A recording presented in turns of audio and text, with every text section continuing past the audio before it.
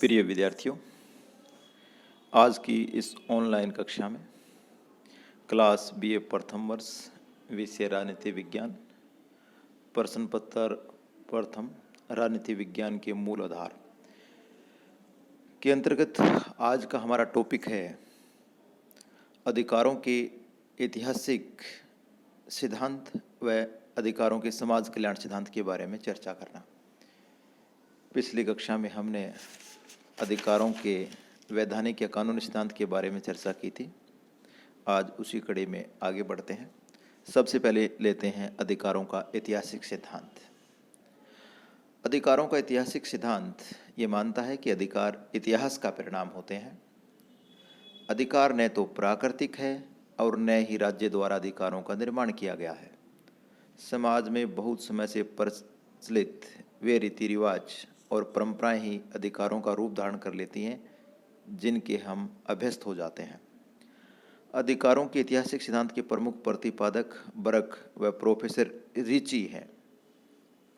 अधिकारों के ऐतिहासिक सिद्धांत की अगर आलोचना या कमियां देखें तो हम ये कह सकते हैं कि सभी अधिकार रीति रिवाज के परिणाम नहीं होते। जैसे सती प्रथा निषेध, बहुपत्नी प्रथा निषेध, ये सभी कानून बने हैं। ये सती प्रथा, बहुपत्नी प्रथा, ये अधिकार नहीं बनाए जा सकते क्योंकि ये बातें नैतिक रूप से गलत हैं। सभी रीति रिवाज समाज हित में नहीं होते, यानी कुछ रीति रिवाज ऐसे होते हैं जो सामाजिक बुराइयों के रूप में बने हुए हैं, उनको हम अधिकारों का दर्जा नहीं दे सकते। ऐतिहासिक सिद्धांत को हम अगर स्वीकार कर लें तो आने वाले समय में क्या क्या सुधार किया जाएगा वो संभावनाएं समाप्त हो जाएगी। ये तीन प्रमुख कमियां थी।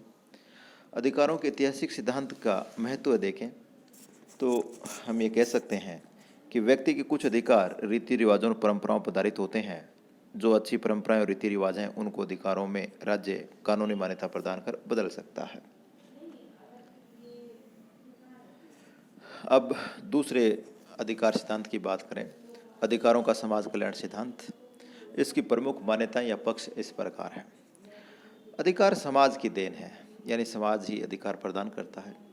अधिकारों का अस्तित्व समाज कल्याण पर ही निर्भर करता है। व्यक्ति द्वारा केवल उन्हीं अधिकारों का प्रयोग किया जा सकता है जो अनिवार्य रूप से समाज के हित में हो, समाज का कल्याण करने वाले हों। कानून, रीति रिवाज और अधिकार सभी समाज द्वारा प्रदान किए गए हैं, इसलिए इन सब का उद्देश्य समाज कल्याण ही होना चाहिए। अधिकारों के समाज कल्याण सिद्धांत के समर्थक विद्वानों की बात करें तो वो इस प्रकार है: Jeremy Bentham, John Stuart Mill, Roscoe Pound, professor जेफर। अगर अधिकारों के समाज कल्याण सिद्धांत की कमियां देखें, आलोचनाएं देखें तो हम दो बातें कह सकते हैं। लोक कल्याण की अस्पष्टता, यानी लोक कल्याण किसे कहा जाए ये स्पष्ट नहीं है।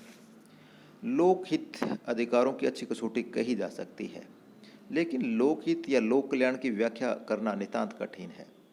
लोक कल्याण का अर्थ सामान्यतः अधिकतम व्यक्तियों का अधिकतम सुख, बहुमत का स्वार्थ, लोक सम्मति या सरकार की दृष्टि में जो सार्वजनिक हित हो आदि बातों से लिया जाता है।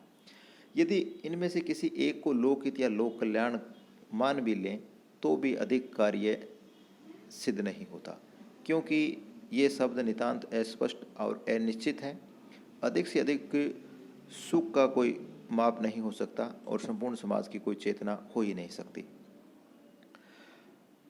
अधिकारों के समाज कल्याण सिद्धांत की दूसरी आलोचना ये की जाती है कि व्यक्तिगत कल्याण और लोक कल्याण या जन कल्याण में संघर्ष की स्थिति उत्पन्न हो सकती है। समाज कल्याण और व्यक्तिगत कल्याण में भी संघर्ष हो सकता है और ऐसी स्थिति में क्या किया जाए यह एक समस्या हो जाती है। समाज कल्याण सिद्धांत का विचार यह है कि समाज कल्याण के लिए व्यक्तिगत हित का बलिदान कर दिया जाना चाहिए, लेकिन इसे वर्तमान समय में स्वीकार नहीं किया जा सकता क्योंकि इसका अर्थ व्यक्ति के व्यक्तित्व के विकास में बाधा है। प्रश्न यह है कि क्या एक निर्दोष व्यक्ति का समाज के बड़े अंश की प्रसन्नता के लिए, खुशी के लिए बलिदान किया जा सकता है? इस सिद्धांत को अपनाने से अल्पसंख्यक वर्ग के हितों को हानि पहुंचने की भी आशंका रहती है। व्यक्ति को जनमत या जनसाधारण की दया पर नहीं छोड़ा जा सकता। केवल लोक आवश्यकता या जन आवश्यकता ही किसी बात को नैतिक अथवा अनैतिक नहीं बना सकती। नॉर्मन वाइल्ड ने कहा है, अधिकारों के समाज कल्याण सिद्धांत को स्वीकार कर लेने पर व्यक्ति के पास उपचार का कोई साधन नहीं होगा और व्यक्ति निराशाजनक रूप से समाज की निरंकुश इच्छा के अधीन रहेगा। अगर अधिकारों के समाज कल्याण सिद्धांत के महत्व या उपयोगिता को देखें तो हम ये कह सकते हैं कि अधिकारों का समाज कल्याण सिद्धांत सत्य है कि अधिकार का अस्तित्व समाज के हित के लिए होता है और अधिकार का उपयोग समाज हित में ही किया जाना चाहिए। इस कक्षा में इतना ही। बहुत बहुत धन्यवाद।